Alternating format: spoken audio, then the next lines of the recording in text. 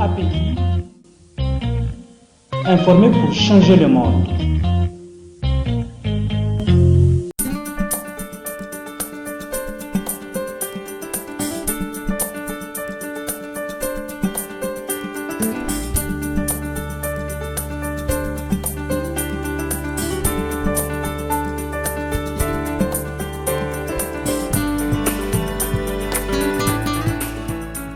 La biodiversité, comme dit un scientifique, c'est la vie dans ce qu'elle a de divers. Sa protection est donc un défi majeur qui se dresse devant nous. C'est pourquoi nous, organisation de jeunesse engagée dans la protection de l'environnement, nous nous engageons à réduire, voire inverser la tendance actuelle de la perte de la biodiversité et à bâtir des sociétés durables, tournées vers le bien-être dans un environnement sain.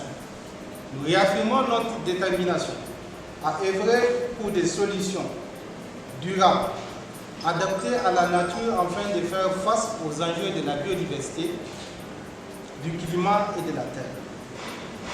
Nous appelons les décideurs à réorienter leurs priorités sur les véritables enseignements de la pandémie du Covid-19 pour des actions concrètes de protection de l'environnement.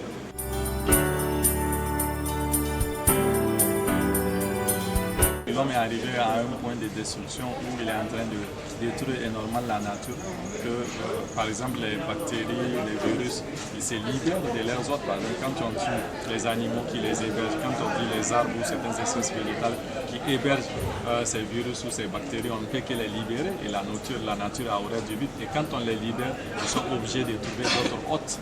Aujourd'hui, l'oxygène que les arbres nous donnent, combien nous payons pour ça? Quand on a des problèmes respirateurs, on voit combien ça coûte cher d'avoir de l'oxygène pour respirer. Aujourd'hui, les arbres, la nature, tout ça font partie de ce qu'on appelle les services écosystémiques qui nous sont offerts gracieusement par la nature. Donc c'est important qu'on puisse tous comprendre les enjeux liés à notre impact dans la destruction de l'environnement et les conséquences que cela peut avoir sur nous. C'est normal quand il fait chaud que les gens sentent ça.